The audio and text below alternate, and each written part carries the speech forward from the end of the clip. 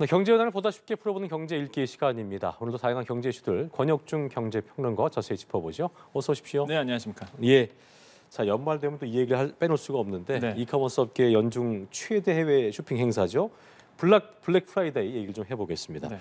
이번에 블랙 프라이데이에선 가성비 좋은 중국산 제품들이 압도적인 존재감을 나타냈다 이런 네. 평가가 나오더라고요. 네. 어땠습니까? 이번에 이제 블랙 프라이데이 그러니까 불프 시즌에서 이제 통계를 내봤더니 네. 중국 제품이 정말로 뭐 과거에도 그랬지만 지금도 마찬가지로 상위권에 좀 포진을 했다라고 그렇군요. 보시면 되는데 특히 이제 중국 제품 중에서 디지털 그다음에 가전 제품 그러니까 가성비가 굉장히 높거든요. 기능은 좋은 것 같은데 싸고. 네. 그렇죠? 네. 그러다 보니까 이 중심으로 이제 매출이 이제 많이 올랐다라고 이제 그렇군요. 조사가 됐습니다. 한 전자상거래 기업에 따르면요, 일단은 가전 디지털 제품 직구 거래액 증가를 봤더니 319% 올랐다라고 이제 통계치를 내놓게 됐고요. 또 다른 또 전자상거래 기업의 또 통계를 보면은 태블릿 게임 거래액이 전년 대비해서 한 27배 정도 올랐다 이렇게 이제 통계를 내놓기도 했거든요. 그 정도로 이제는 가전 제품, 디지털 제품에 대해서 많은 분들이 찾았다. 근데 왜 이렇게 많이 찾았을까라고 본다 그러면 아까도 말씀드린 것처럼 일단 중국 제품이 좀 가성비가 워낙 뛰어납니다. 진짜 차이가 많이 나더라고요. 예, 그러다 보니까 사실 지금 가처분 소득 많이 떨어진 상태잖아요.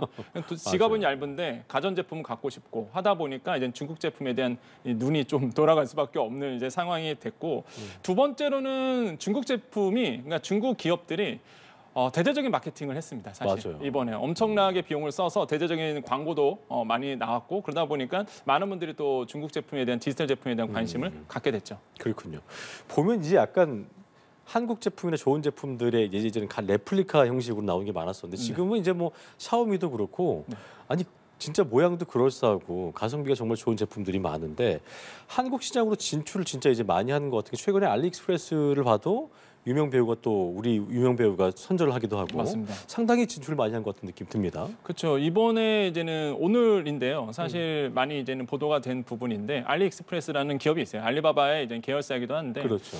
전 세계 전자상거래업을 하고 있거든요. 네. 알리익스프레스 우리나라에 이제 물류 직접적으로 이제 투자하겠다라고 이제는 밝혔다라고 이제 보도가 됐는데, 그러니까 이게 알리익스프레스가 우리나라에 공장을 직접 세우는 건 아니고요. 일단 우리나라의 공장을 임대해서 하는데, 임대하는 거군요. 예, 임대해서 이제 직접적으로 이제 물류를 활동을 하는 거죠.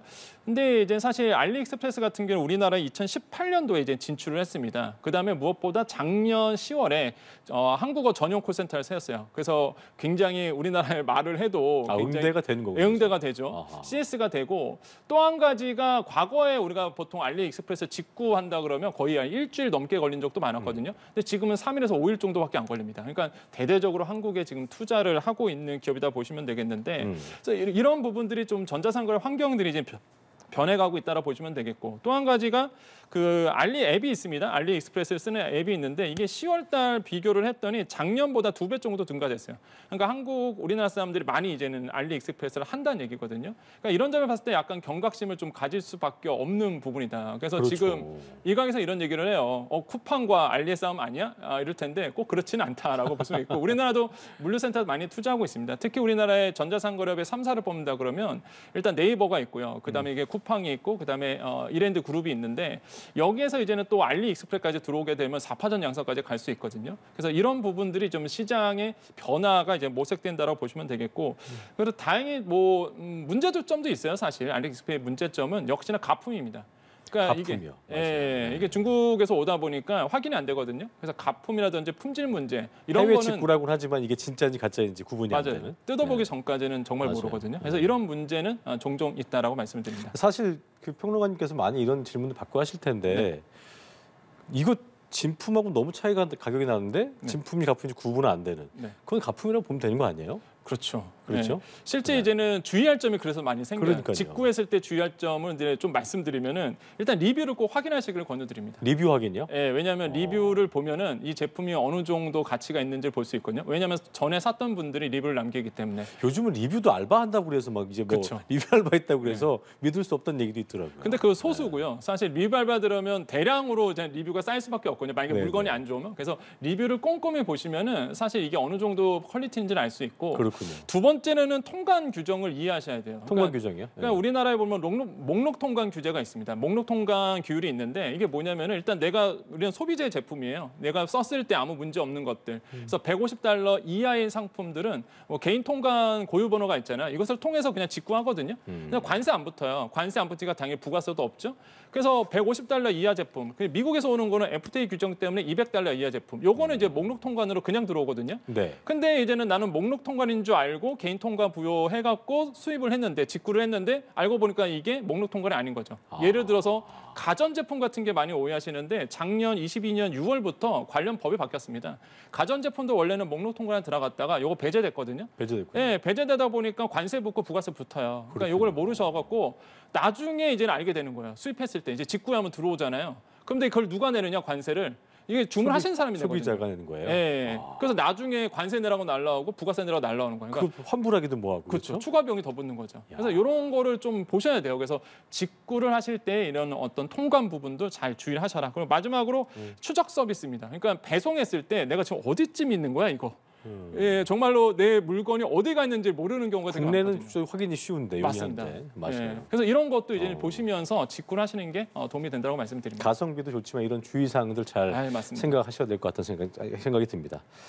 자, 이슈를 바꿔서 경제 전반에 대한 소비자들의 인식을 보여주는 저희가 앞서도 보도해드렸습니다만 소비자 심리지수 이게 이제 11월에 100 밑으로 내려왔네요. 97.2를 기록하면서 4개월 연속 하락세를 보였는데 얼핏 보면 저희가 수출 경기는 그래도 조금씩 회복세를 보이고 있음에도 불구하고 소비 심리 지수는 하락세다. 어떤 상황이라고 이해를 해야 될까요? 그러니까 소비자 심리 지수가 97.2 해서 지금 통계를 보면 7월 달에 103.2 찍고 그때 고점 찍고 그렇죠. 4개월째 계속 연속하라고 있어요. 네네. 그러니까 소비 심리거든요, 말 그대로. 말 그대로 소비자들이 느끼는 이제 경기를 판단하는 겁니다. 100을 넘어간다 그러면 일단 소비자들이 봤을 때, 국민들이 봤을 때 소비 심리가 좀 괜찮아질 거라고 보는 거고 100 이하면은 이제 앞으로의 환경이 그렇게 녹록치 않아라고 이제 보고 있는 거거든요. 그렇죠. 지금 이게 97 정도 보였으니까 앞으로 이제 그것도 4개월 연속 하락하고 있는 모습들이 아무래도 우리나라의 경기에 대해서 소비 심리가 좀 나빠질 거다라고 보고 있는 거예요. 그래서 이유를 뽑는다 그러면 첫 번째로 고물가, 고금리 상태가 계속대로 유지가 되고 있습니다.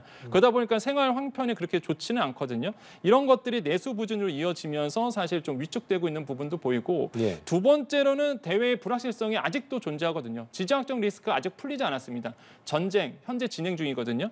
이런 것을 봤더라도 이제는 앞으로의 소비 심리가 그렇게 좋지는 않을 거야라고 이제 느끼시는 거죠. 그래서 소비 심리가 하락하고 있어서 이런 부분을 볼 수 있겠고 그다음에 중요한 게 있죠. 이유가 그렇다 그러면 so what이에요. 그래서 나한테는 어떤 영향을 미치는데라고 본다 그러면 그게 중요하죠. 첫 번째로 본다 그러면 소상공인 분들이 걱정이 된다는 거죠. 왜냐하면 소비 심리가 악화된다 그러면 일단 소비자들이 지갑을 안 열어요. 안 연다는 얘기입니다. 지금 100 이하니까.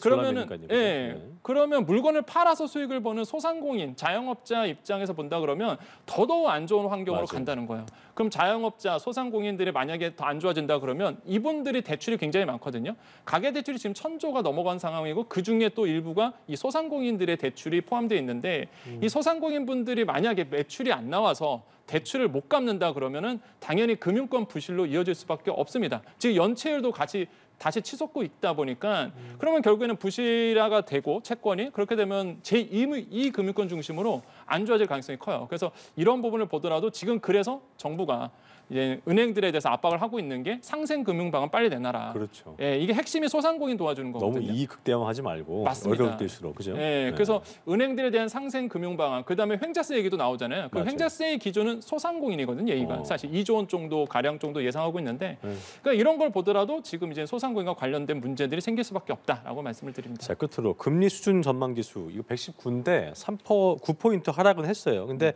하락폭을 보면 이제 기준금리 인상 종료에 대한 기대감이 확산하고 있다는 느낌은 듭니다만 아직도 여전히 100을 훨씬 웃돌고 있는 상황이고 최근에 보면은 물가가 또 높아지고 있기 때문에 미국은 이제 3.2인데 우리가 더 높은 상승률을 또 보이고 있기 때문에 기준금리 인하시기는 좀 요원하다는 상황이 또 나오고 있는 것 같기도 하고요. 어떻게 좀 예상해 볼 수 있을까요? 지금 미국이 이제 긴축 종료 기대감이 좀 일어나고 있죠. 그렇죠. 그러다 보니까 이제 금리가 좀 동결되고 좀 곧 있으면 또 하락할 거라는 또 시장의 심리들이 지금 보여지고는 있습니다. 그러니까요. 그러다 보니까 지금 뭐 금리 수준 전망도 9포인트 정도 이제 빠진 상태라고 보시면 되겠는데. 있는데 일단은 미국의 CPI 지수가 둔화됐죠. 10월에 이제 3.2% 상승을 했습니다. 시장의 전망치가 3.3% 상승이었어요. 예. 시장의 전망치보다 이제 둔화되다 보니까 그러면 이제는 점점 더 소비자 물가 지수가 떨어질 거야. 이렇게 이제 보고 있는 거고.